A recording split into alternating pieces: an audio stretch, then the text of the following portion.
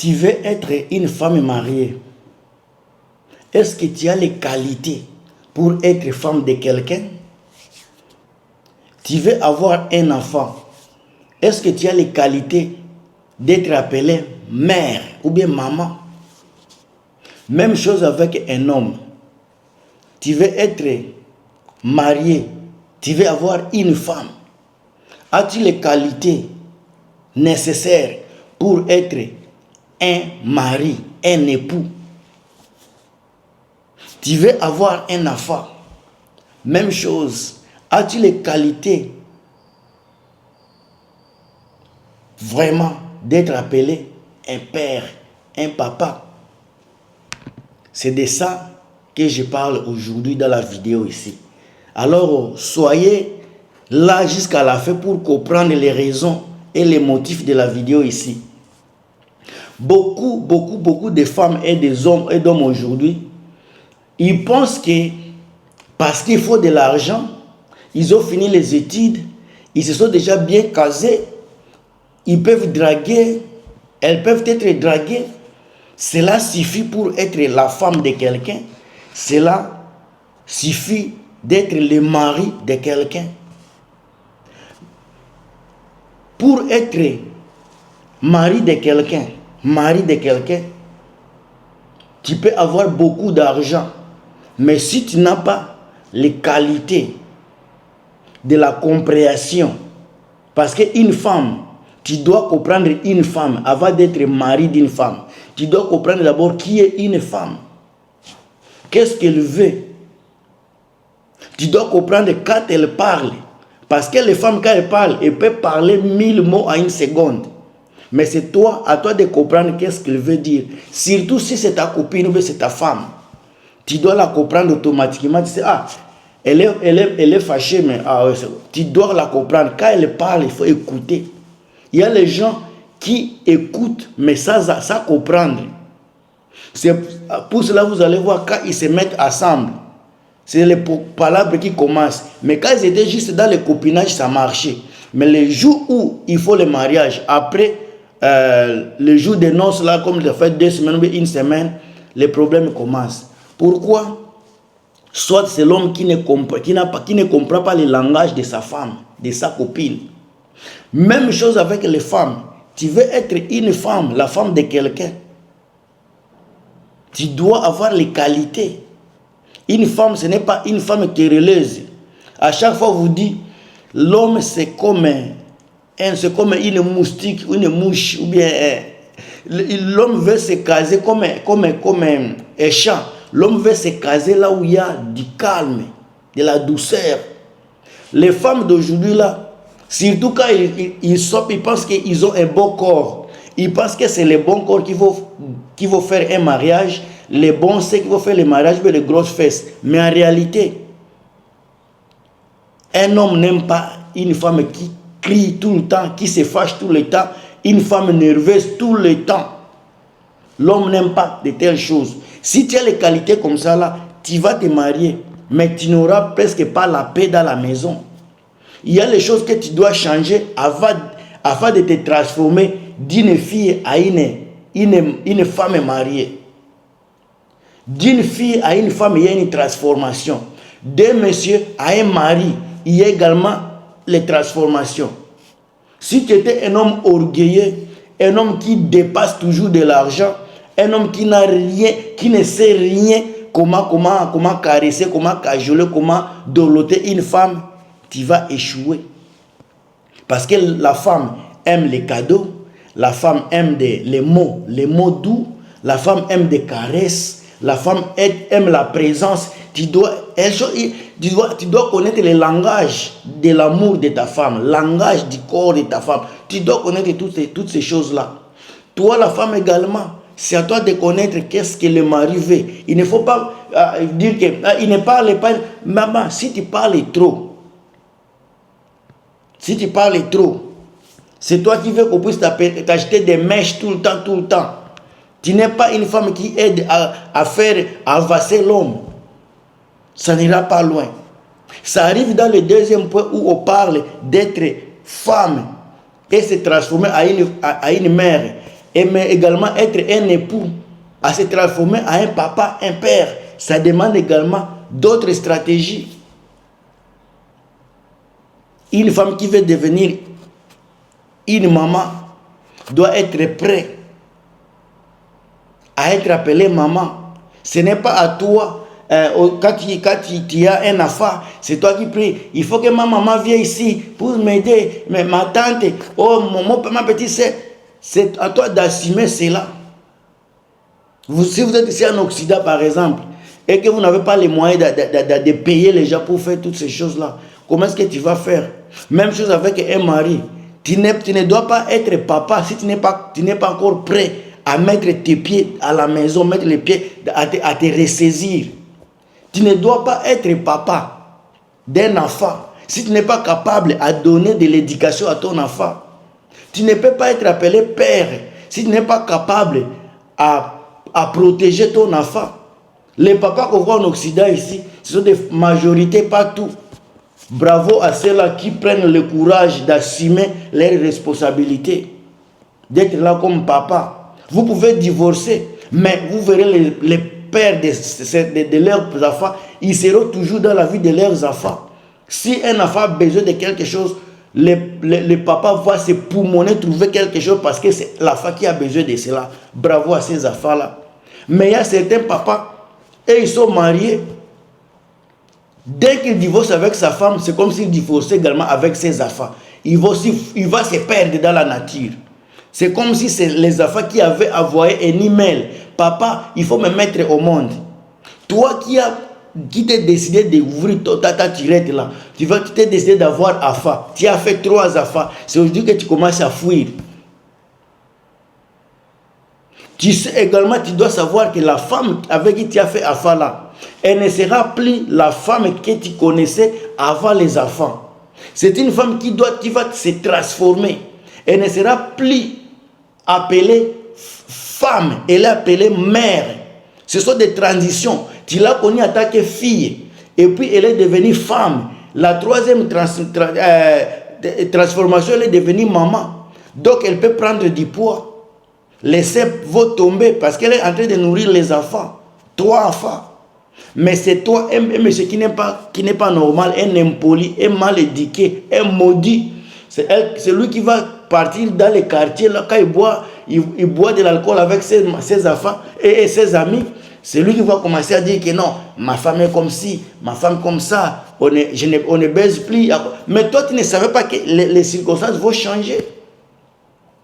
Est-ce que tu ne savais pas que tu vis dans 2 chambres, tu as 3 enfants, donc famille de 5, dans 2 chambres, tu es sûr que tu auras le temps avec ta femme comme tu avais le temps avec un enfant seulement, ou bien quand vous étiez juste à 2, tu dois savoir que les choses vont changer. Mais être papa ne doit pas changer parce que tu es le père, c'est toi le guide, c'est toi le protecteur. C'est toi l'encadré, c'est toi orienteur, c'est toi qui oriente ton foyer, tes enfants. Mais il ne faut pas laisser tous les charges à ta femme. Ta femme a également ses droits, elle t'a donné les enfants. Elle est passée dans une situation entre la vie ou la mort pour te donner les enfants. Maintenant, quand vous avez les enfants, c'est toi qui critiques. Tu penses que ta femme ne voit pas tes défauts. La femme également peut voir tes défauts. Tu as un gros ventre. Tu ne fonctionnes plus comme avant. Tu peux critiquer. Mais la femme ici, peut-être, elle te respecte parce que tu es le père des enfants. Elle te respecte. Elle ne parle pas des côtés négatifs de ta vie. Que ce soit la vie d'intimité, elle les protège. Mais c'est souvent les hommes qui vont commencer à étaler puisqu'il est en train de boire la bière gratuite là. Donc, cabri gratuit, on te donne ça, tu commences à dire de n'importe quoi. Tu oublies que la dame là, c'est la maman de tes enfants. Elle est passée d'autres sous le couteau entre la vie et la mort pour pousser les enfants là. Maintenant toi, donc pour être dans un foyer, pour être marié, pour être père, ce n'est pas donné à n'importe qui. Celui qui a sa femme jusqu'au moment où j'ai fait la vidéo, pendant plus de 10 ans dans un foyer, c'est un homme à applaudir. Ce n'est pas n'importe qui. C'est un homme vraiment à applaudir. Un homme avec un H majuscule. D'autres sont séparés, mais ils sont toujours dans la vie de leurs enfants, comme il se doit. Même la femme là même se divorcée, la femme est fière de son ex, parce que le monsieur là a toujours été là. Quoi qu'il en soit, même s'il n'a rien, le monsieur fait tout pour ses enfants. Mais femme, si tu as quelqu'un, au XXIe siècle, femme, si tu as quelqu'un qui te protège, qui t'aime, qui n'est pas infidèle, qui est toujours avec toi, il faut protéger le monsieur là. Toi aussi, monsieur, si tu as une femme pendant plus de 10 ans ici en Occident, elle est toujours avec toi. Ce sont des femmes rares aujourd'hui là. Il faut protéger la femme là. Les réalités comme ça là, il y a les gens qui vont m'écrire des messages. Toi tu exagères, tu te crois comme qui? Je ne suis pas expert, mais je vous parle des réalités qui se vivent ici en Occident. Les réalités que les gens ne veulent pas vous dire, moi je vous les dis. Beaucoup de foyers ici, beaucoup de foyers, ces pères comme ça s'écrasent par manque seulement de communication ou bien manque de conscience.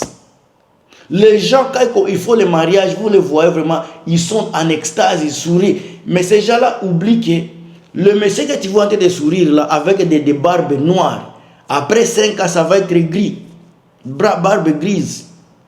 La femme que tu vois avec les seins qui se lèvent comme ça là, dès qu'elle aura 2 enfants, elle ne sera plus comme elle est aujourd'hui, elle va se transformer. Les gens oublient cela. Mais si la personne ne se transforme pas, c'est encore une bonne chose. Mais il faut avoir la tête que les gens vont se transformer. On grandit, on ne rentre pas derrière. Elle avait 20 ans, aujourd'hui elle a 40 ans. Il a 25 ans, aujourd'hui il a 50 ans. On doit changer, c'est une transformation que tout le monde va, que tout le monde veut ou pas, c'est le chemin de tout le monde. Alors, avoir les qualités pour adhérer dans un foyer, il faut d'abord être prêt à accepter que je suis une femme, je suis un homme, demain je serai l'épouse, demain je serai l'époux, après cela je serai une mère, oui je serai un père, et puis quand on devient un père, c'est là où les vraies responsabilités commencent. Il faut un responsable, c'est quelqu'un qui ne fuit pas ses responsabilités. Après avoir les enfants, après avoir eu les enfants, c'est là où la vraie responsabilité commence. Soit tu es garçon, soit tu n'es pas garçon. Soit tu es femme, soit tu n'es pas femme. C'est là où ça commence. Il y a des tentations qui arrivent dans les foyers. Dans les mariages, il n'y a aucun mariage qui est rose. Il n'y a aucun mariage qui est parfait. Il y a toujours des tentations. Mais le pourcentage qui surmonte les tentations, peut-être c'est 20%, peut-être c'est 30%. Mais il y a toujours de l'espoir. Il y a les foyers aujourd'hui, moi je fais la vidéo ici, ils viennent de traverser une mauvaise tempête. D'autres viennent de commencer aujourd'hui. D'autres sont au milieu de la tempête. Mais à chaque fois, il faut savoir que c'est une partie de la vie, ça vient, ça va continuer, ça va finir. Si tu comprends que les tempêtes vont venir dans les foyers là ne vont jamais se gâter. Si tu sais que les tempêtes, ça fait partie des foyers, ça fait partie du mariage, ça fait partie de la vie, il n'y aura aucun mariage qui va tomber. L'infidélité là, ça vient parce qu'il y a eu des tempêtes que les gens n'ont pas su gérer. C'est là où l'infidélité arrive. Mais après l'infidélité, il y a certaines personnes qui ne lâchent pas même l'infidélité dans leur foyer. Je connais même les hommes qui n'ont pas lâché leur femme à cause d'infidélité. Les hommes ont cru que si je laisse ma femme, c'est parce que les gens vont dire, les gens passent au ce que les gens vont dire.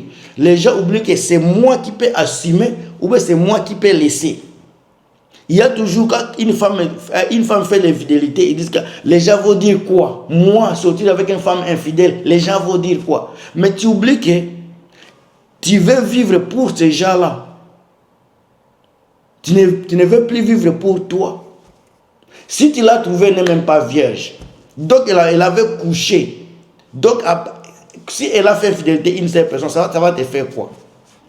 Tu veux laisser tes enfants, 3 enfants avec ta femme parce qu'elle a couché, elle a fait fidélité une fois. Mais toi, peut-être, tu as déjà fait fidélité 2 fois, elle ne t'a pas laissé.